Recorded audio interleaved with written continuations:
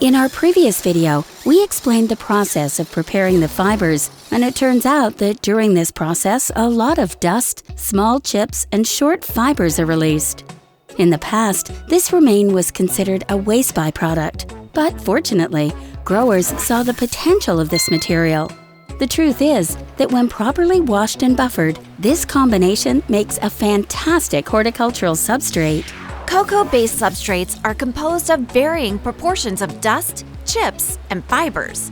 Each particle has a different shape and size, and therefore different properties.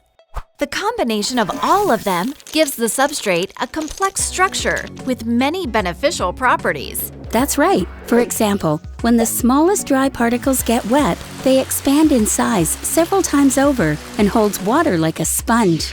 This creates a reserve of water in the substrate for your crops. However, keep in mind that this reduces the percentage of air in the substrate. Exactly, Angela. But cocoa substrate is a very balanced substrate, where the larger particles, such as cocoa chips and fibers, increase the percentage of air in the substrate. These bigger particles create open spaces within the substrate, through which air circulates and reaches all the roots of the plant.